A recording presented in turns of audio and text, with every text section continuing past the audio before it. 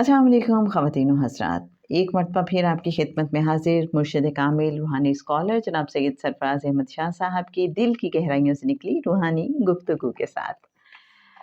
हम आपके साथ एक सीक्वेंस में ये चैप्टर रोशन ज़मीरी शेयर कर रहे हैं। किताब नवाए फ़कीर में से नशिस्त नंबर 14 है। तो देखते हैं शाह साहब क्या फरमाते हैं।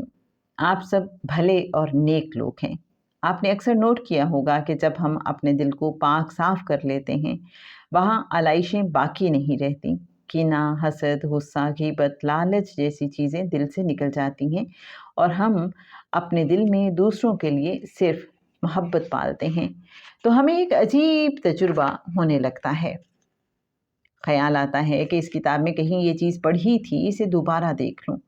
ज़ख़ीम किताब हाथ में पकड़कर खोलते हैं तो एग्जैक्ट वही सफ़ा खुलता है और उसी बात पर नज़र पड़ती है। आप कुरान पाक में से कोई हवाला तलाश करना चाहते हैं, उसे खोलते हैं तो एग्जैक्ट वही हवाला आपकी निगाह के सामने होता है। आपको ट्रेन पकड़ना है, आप किसी वजह से आधा घंटा लेट हो जाते हैं।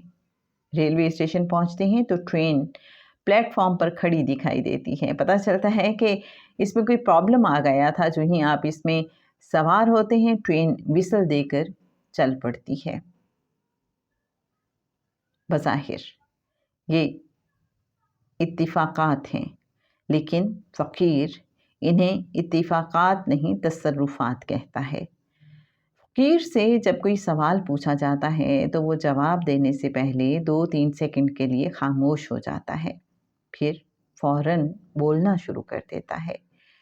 दरअसल इन 2-3 सेकंड्स में वो रोशन ज़मीरी के ज़रिए मालूमात रिसीव कर रहा होता है और उसका दिमाग इन 2-3 सेकंड्स में स्पिन कर रहा होता है। आप फ़कीर को उसकी गुफ्तगू के दौरान इंटरप्ट कर दीजिए, फिर तमाशा देखिए। वो बोल ही नहीं पाएगा, सारा तसलसल टूट जाएगा, बात वहीं ख़त्म हो जाएगी। एक साहब ने शिकायत की कि मैं दर्स कुरान देता हूँ, लेकिन मायने बयान करते हुए दिल में खटका सा रहता है कि शायद मैं इसकी तशरीह दुरुस्त नहीं कर रहा।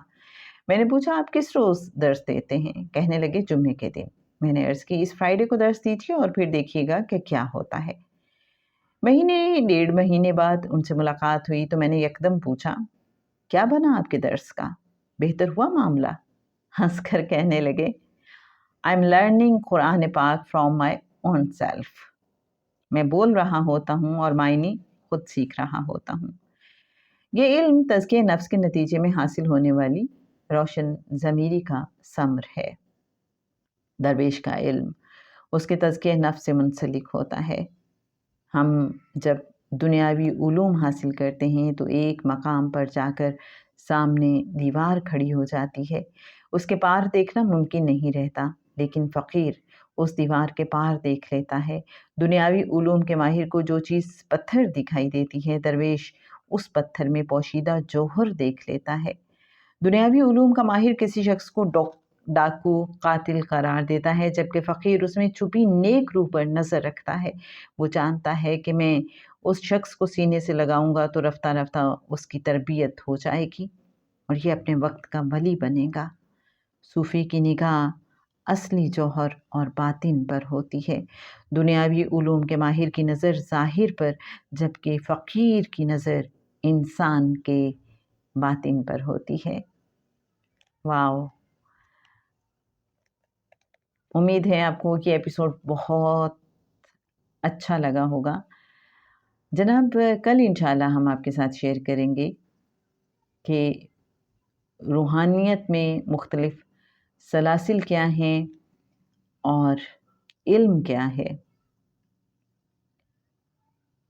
और इल्म बातनी के हवाले से भी इंशाल्लाह गुफ्तगू होगी। इल्म बातनी के जो फ़ायदे हैं और फिर उस हवाले से जो जो चीज़ें इंसान को समझ आती हैं, हो सकता है आपके सामने इल्म बातनी की बहुत सी एग्ज़ाम्पल्स हों, और जब हम शाह साहब की बातें आपके साथ शेयर करेंगे तो अच्छा आप कहेंगे कि अच्छा तो ये होता है इल्म बातनी। बस थोड़ा-सा इंतज़ार। आज हमने पेज 116 आपके साथ शेयर किया, किताब नवाए फ़कीर का।